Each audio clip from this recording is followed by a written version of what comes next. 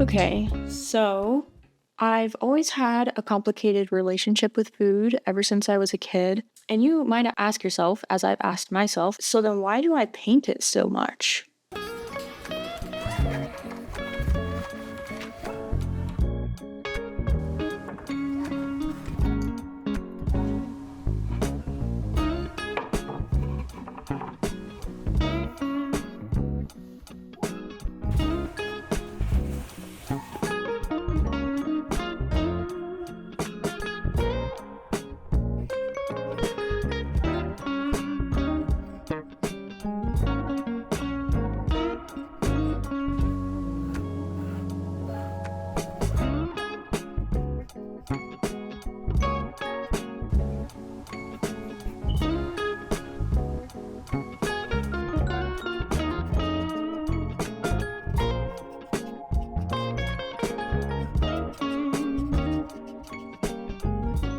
The whimsical nature of some foods has me in a tight grip these days. Or so this is what I thought. Upon further analyzation, it wasn't just the food, but what comes from having a meal in a certain place at a certain time.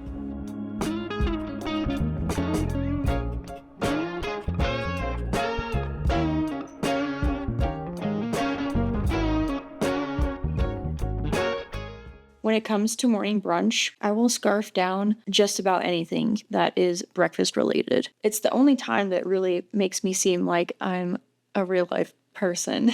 It just so happens that my brain is most functioning at 10 and 11. It's a super specific time, but it's brunch time. It's a good time. It's a time to talk and to chat, plan the day.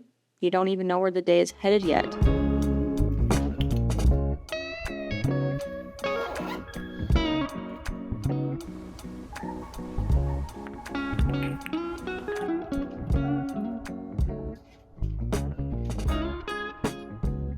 I've had the best conversations over a really great brunch. I know this is not a unique experience and that many cultures have this fellowship, I guess, with each other through food. But for me, it's like escapism. It's fantasy land. I've learned that the connection over food has been an undeniable way to learn about other people. And then also just to satisfy the needs of your body is so rewarding to do at the same time.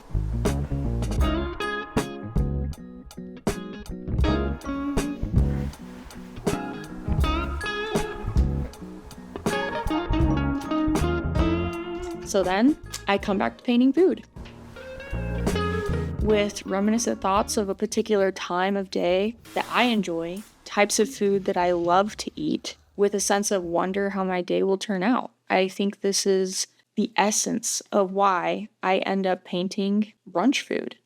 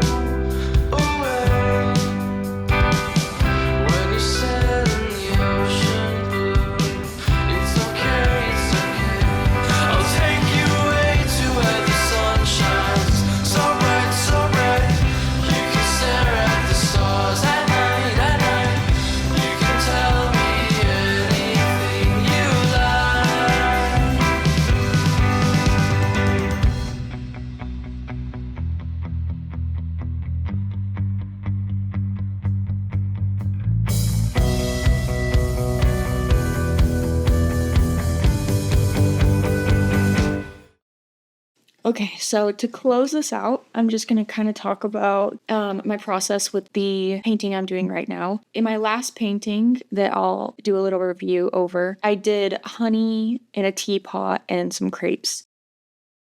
This imagery doesn't have a background necessarily. It's a wooden panel that's pretty plain because I just wanted to focus on what was going on movement-wise in this painting. I always, go back and forth. Do I want a plain background or do I want this color vibrancy with pastels? I've been recently kind of playing with the idea of pastels. In my previous pancake piece, I did a pastel background. Instead of doing it in water-soluble oil, I'm doing this in gouache just to see how it turns out.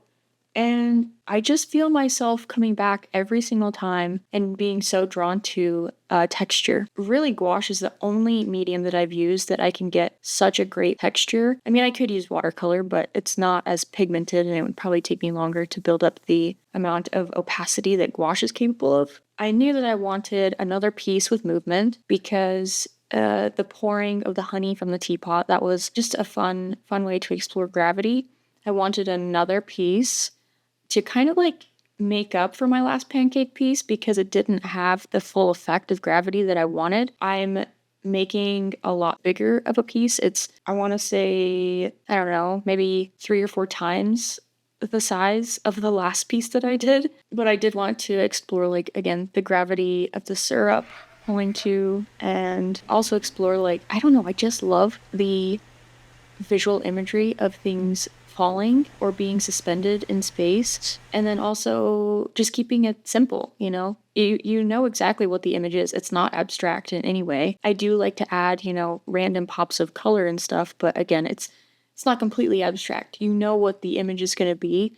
And to me, it's more about the textures that I'm trying to get out of the painting. I also went with, this purple and blue kind of dreamy feel because that's brunch, that's breakfast, it's dreamy. It's breakfast is very much a childlike experience because, when you're a kid, in America at least, you grow up getting pancakes on Saturdays or Sundays. You get waffles. You go to diners. You go to breakfast places. And I know that in other cultures, you might tend to go to cafes, or even getting older, I've gone to a lot more cafes. But there's this just, again, childhood experience of eating pancakes and this dreamy vibe that's going on. So pink and purple and blue it is. I'm still deciding whether or not I want to add the word eat on it. I tend to do this thing where I put very simple words, phrases, or just one word at a time on my paintings. And that's mainly because I just kind of like a call to action, or I don't know, I see it as a proactive motive, like eat. In the other pancake piece, you'll see that it says eat me. That's just a playful take on Alice in Wonderland and what I thought about that. But again, it's just I don't know, simple phrase and words. You can tie back to really anything. And it's just it's there for me, basically. And usually it's in white writing. And again, that's more draws back to what I've always done in my pieces, which is find a way to incorporate white. Usually I tend to draw this back to stickers. Stickers have a white lining around them. Again, it's very childhood reminiscent and it's more for the purpose of being whimsical. Anything to make it very lighthearted, I guess. Okay. I hope you like the painting.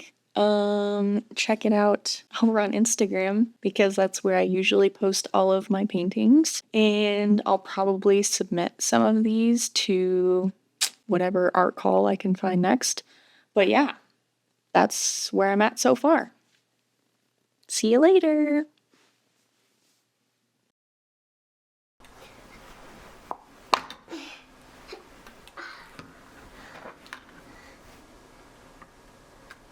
Baby, look.